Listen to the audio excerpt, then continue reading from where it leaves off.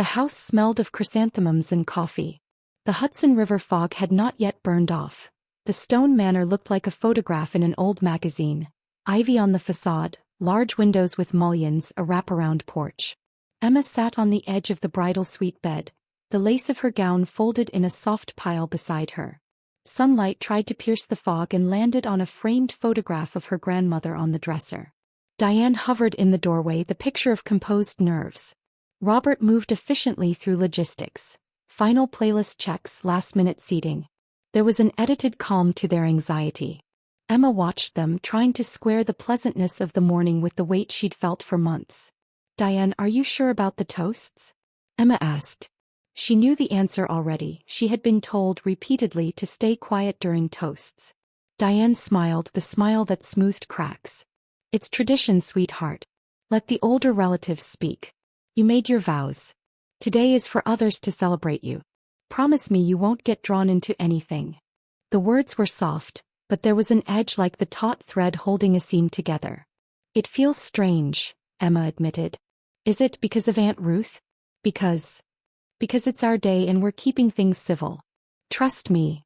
Robert placed a hand on Emma's shoulder. It was practiced comfort. Maya arrived with a bag of essentials and a grin that spoiled the tension. She kissed Emma on the forehead. "You look like a ghost in the best way," she said, unpacking concealer and gum. "Do we talk about the speech rule or do we just accept that your parents have always loved dramatic control?" Emma forced a laugh. "They said something about keeping the focus. That's all." Maya's expression flickered. "They warned you not to speak. On your wedding day." Her tone was a mix of amusement and disbelief. "That's terrible." Emma felt the old ache of being managed, the polite erasure. She had never been the daughter who raised her voice at dinner. She was the one who made lists, baked pies, smoothed feathers. But the warning felt like a hand over her mouth. Literally. The thought lodged like a splinter. As the makeup artist arrived and the groomsmen began to bustle in the atrium below, Emma went to the window. Fog rolled across the valley and the church bells somewhere in the town chimed. Outside, guests were arriving in small waves. Neighbors who loved a good wedding, colleagues of Alex, a handful of people Emma hardly knew. Inside the humming calm, a small voice in Emma's chest said she should argue. But everything in her remembered the way her parents had looked the week they'd told her. Eyes that begged for compliance as if it were mercy. "Promise me," Diane said again, softer this time. "Please." Emma nodded. He kept that nod in her pocket like a live coin. Hook. At noon, as the string quartet tuned, Robert received a discreet text that made him go pale. He stepped outside with Diane and Emma heard only one phrase before the door closed. "We can't lose the house." She did not know yet which house they meant, and she had no idea what it would cost her silence. A year earlier, over cold coffee and the white noise of a late-night infomercial, Margaret had taken Emma's hand. "Promise me you'll keep our house," Margaret had said, laughter brittle. "Promise me you'll have candles burning when I'm gone." It was a small thing, an heirloom request, but it had meant everything. Margaret was a slow, precise woman who counted things in kindness. She'd left her house to Emma in a loose, informal way. A conversation captured on a voicemail, love letters tucked into an old cookbook, and most importantly, a handwritten note in which she expressed her wish for Emma to be the steward of the house and the contents. After Margaret died, probate complications arrived like winter. Documents, signatures, and legalese. An old will appeared in a lawyer's file, one that named Emma explicitly. Diane and Robert had been on the phone with lawyers, arguing, negotiating.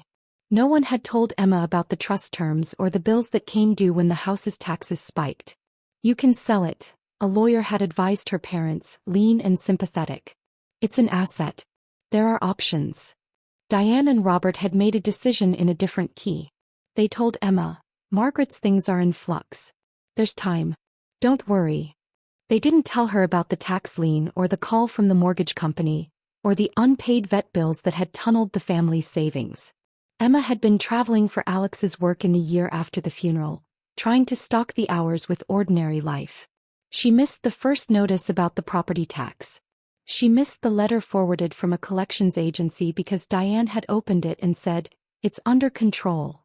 There was a quiet, growing pressure, a string being pulled tighter behind scenes. Maya had noticed, of course. Maya was the friend who took in detail and held it like evidence. After an argument with Robert at Thanksgiving, Emma's parents complaining about bills and unforeseen expenses, Maya had started to ask questions.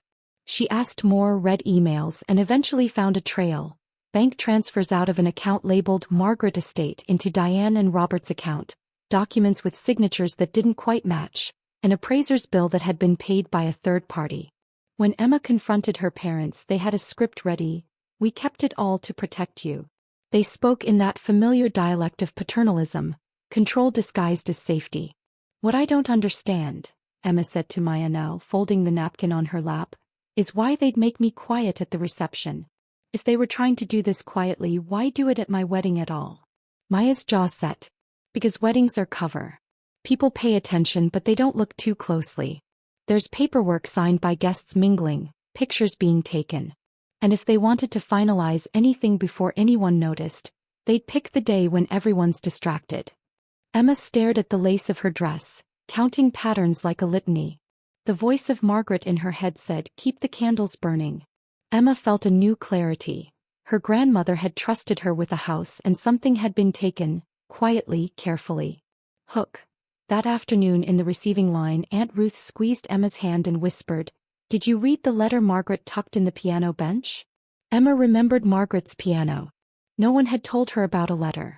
She would find it later, if the piano bench still existed. The church was a restored brick chapel an hour down the valley, stained glass catching the late sun in molten colors. Alex waited at the front with a tight smile, his hands loose at his sides. Guests lined pews, murmurs like a tide. Emma walked down the aisle and felt the world compress and then expand. Alex's face was the calm anchor she had relied on for years. His hands smelled faintly of wood polish from the workshop where he repaired antiques. When they exchanged vows, the audience held its breath like a single organism. "You are my harbor," Alex said, voice steady. "You are the one I choose every morning." The words landed on Emma like small warm stones. Emma's vows were short.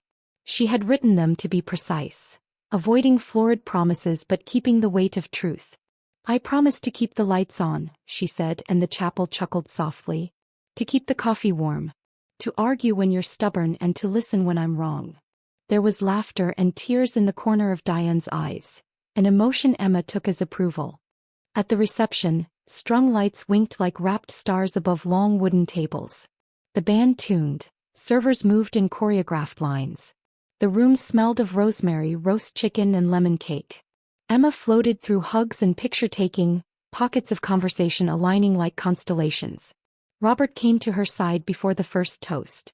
He handed her a small index card. "Just in case," he said quietly. "Keep this on your lap, will you?" The card had one sentence: "Do not speak during toasts. It's on the schedule. Our friend Fred goes first, then Mr. Langley." Robert's voice was casual, but the card in Emma's hand felt heavier than its paper weight. Alex squeezed her fingers under the table. "Are you okay?" "I'm fine," Emma lied, the word filling the space between them like a fragile plate. She had learned early how to make harm less visible.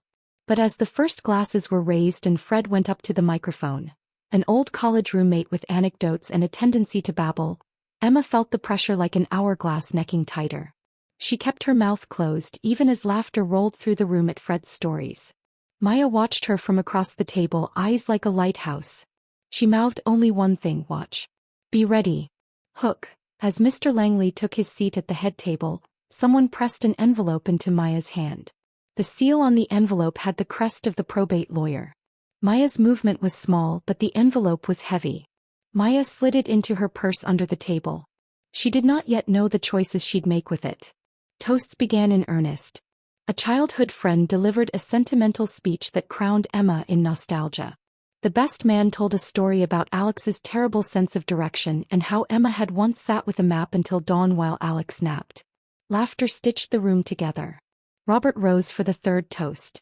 He had a way of speaking that was crisp and ceremonial, the cadence of someone who'd given public addresses at charity galas. He clinked his glass. "To my daughter. To our family."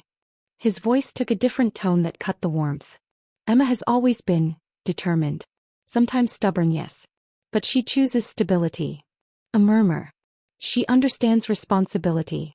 She understands how the world works." The words landed like a veiled accusation. Emma felt eyes on her. Diane's smile was polite but fixed. It was as if they were performing an allegiance to a narrative they'd created. "Stability is a virtue," Robert said. "Which is why, in this room, we are grateful for those who understand that pillars must be cared for, practically, financially, reputationally." He nodded toward the rows of older family friends and two men Emma recognized, mortgage broker types who had been at the house for months. The sentence implied more than it said. Conversation hummed at volume, glasses sipped. Alex's jaw tightened. He stood to counter, but Emma held his hand under the table. The innocuous power of the "do not speak" card felt like a binding charm. Guests were beginning to tilt their faces, searching for subtext. Aunt Ruth's eyebrows had risen in the manner of someone who smells spice in a familiar stew. Then Diane rose. The mother of the bride's speech is supposed to be tender.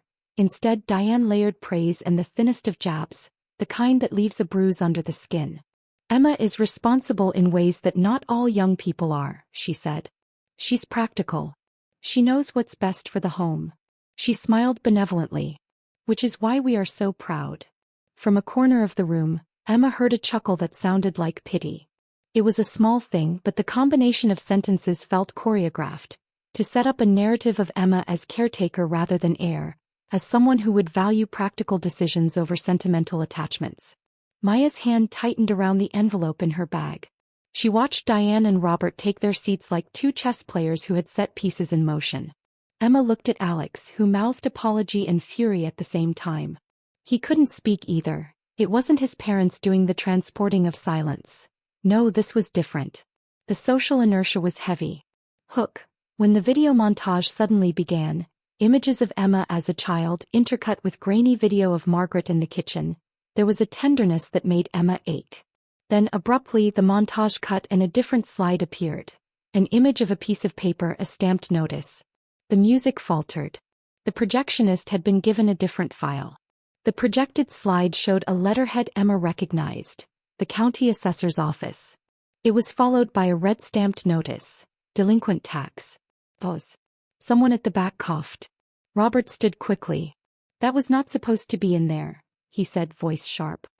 He reached for the laptop remote and the projections sputtered, blinking into an innocent photo of a younger Emma blowing out candles. The interruptions stung like a slap that was meant to look accidental. "Everything okay?" Aunt Ruth asked, but the question was rhetorical. The whisper of gossip began to weave. "You said not to speak," Emma thought, remembering the card in her lap. The prohibition felt less like protection and more like a silencer positioned in a courtroom. Her face flushed. She was the center, willing and unwilling, of a story being told without her consent. The humiliation escalated when Robert, with the practiced air of someone who could reframe discomfort as education, raised a glass again and made a remark about fiscal responsibility. A ripple of laughter went around, some compelled by discomfort, some by distance from the truth. Eyes scanned Emma for reaction. It was a humiliating kind of theater, being the subject of a scripted exposé, but with only hints for the audience to stitch together. Alex stood abruptly and walked toward Robert, face set. "That's not fair," he said. The baritone of his voice was low but pointed. "Emma has had nothing to do with that." "You should sit down," Robert snapped. There was an ease to his coldness. He had practiced boundaries before. "This is not an appropriate moment." At that moment, Emma felt trapped by manners and by the vow she had given her mother with a nod in the morning. Her throat tightened. People cleared plates and reset napkins as if nothing were unusual, because in many rooms nothing yet was known. Most people defaulted to keeping the setting calm. A wedding, after all, is an event where decorum blunts discomfort. Maya rose from her seat and moved toward the microphone with deceptive casualness. She carried the envelope she'd slipped into her purse. The room did not expect her to speak. She was maid of honor, yes, but she was not known for theatrical interventions. "Hey, Maya's voice echoed. She did not ask permission, she simply took it. "Hook." Maya lifted the envelope and pulled out a single typed page, an email printout with a timestamp. The room leaned forward the way a plant leans toward light. The first line read, "Transfer approved. Margaret estate funds to Diane and Robert, March 12th. It was small print, but the meaning landed like a thunderclap. Maya placed the printout on the podium. I have something I need to read, she said. Her voice was steady. The air smelled of lemon and the nervous sugar of wedding cake. It's about Margaret. It's about Emma. She read, slowly enough for everyone to register. An email chain between Diane and a probate lawyer confirming transfers from Margaret's estate to Diane and Robert's accounts. An appraiser's invoice paid from those accounts. A note from a town clerk about unpaid taxes. Maya's voice did not tremble. It was an audition of truth into a room that had been rehearsed for something else. Emma watched the color leave Robert's face. Diane clutched her napkin like a talisman. Conversations stopped mid-plate. Some guests stood as if a wind had passed. Maya, what is? Robert began, voice small. These are copies, Maya said. They're from Margaret's estate file. They were not supposed to be public, but they're here now. She swallowed and continued. There's also this. She unfolded another sheet. A bank statement showing transfers, dates, and a final column labeled Owner, Diane R. It looks like money moved from Margaret's account after she died to your account, Maya said directly to Diane. And there are receipts for charges listed as house maintenance that went to places that aren't the house. Emma felt a surge of something like waking. Indignation, sorrow, and a fierce clarity. The room split into two kinds of people. Those who drew nearer to see the new evidence and those who rose like anyone would when a storm hits a picnic. A woman near the back whispered, so that's why they'd been paying for those charity events. Another voice, Margaret was so careful. Someone else said, but maybe it's complicated. Probate is messy. Complicated. Maya's laugh was dry. Yeah. For Emma. Complicated for them maybe. She looked at Emma. They asked you not to speak because they wanted to control the narrative in case anyone noticed. Diane stood red-faced, fragile. You don't know what you're saying. I know enough, Maya said. I know Margaret's will mentioned Emma. I know there's a note Margaret left hidden in the piano bench that says, for Emma, keep the lights. A hush. Emma's heart thudded, piano bench. Aunt Ruth's earlier whisper echoed. From the head table, Mr. Langley, who'd been humming with the air of someone used to numbers, opened his mouth. If these are authentic, he said slowly, they're legal documents. Whoever did this could be liable. Robert made a movement toward the podium, hands shaking. These are private family matters. Not if the family lied to its own daughter, Maya interrupted. Not if they took her money. Hook. Diane's face crumpled and she bolted from the room. Robert followed. The sudden absence left a taut silence.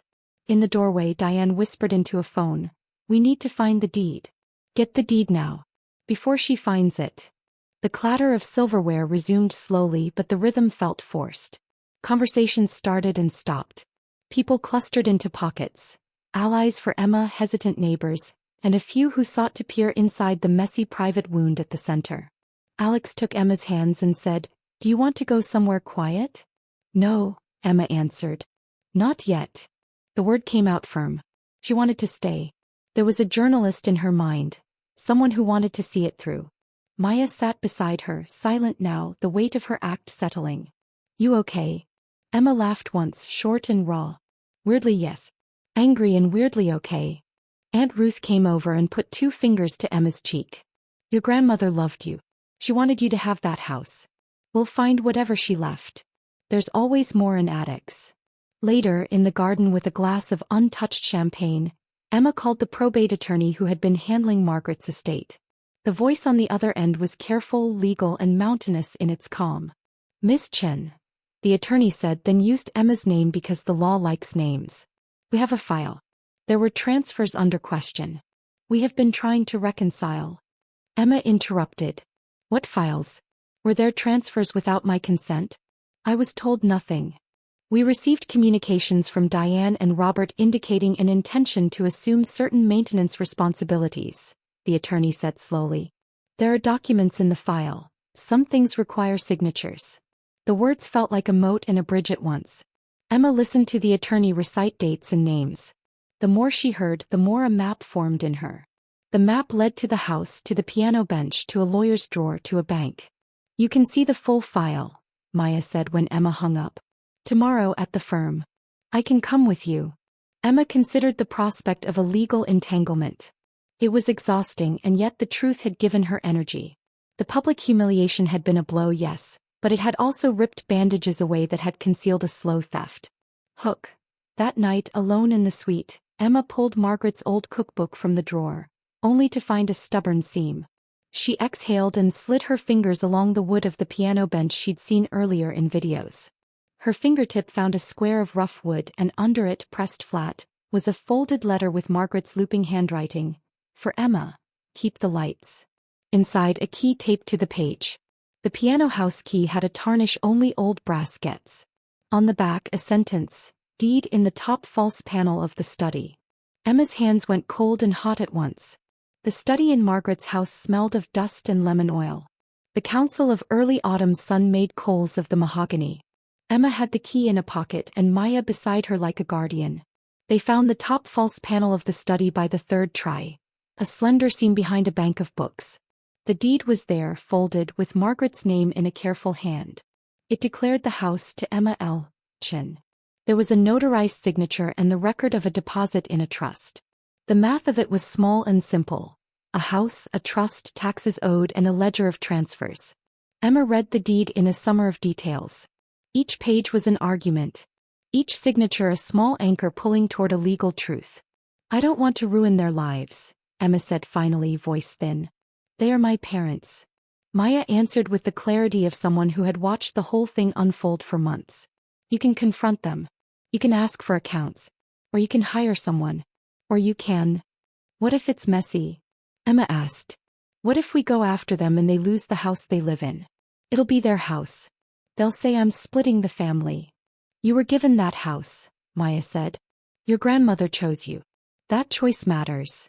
Emma thought of Margaret in the kitchen, of the hand on her shoulder saying, keep the lights burning. Choices of love are morally clear, but human lives twist around them. Emma imagined Diane and Robert spending nights racked with fear and inches of regret. But she also imagined a future where the house was not a rumor but a warm place with candles. We have to be careful, Emma said. I want them to know I love them, but I want what's mine. Hook. That evening, before a single legal letter was sent, Emma called Diane and asked if they'd meet in the garden the next morning, just the three of them. She wanted to hear their side before she acted. Diane said yes, voice tight.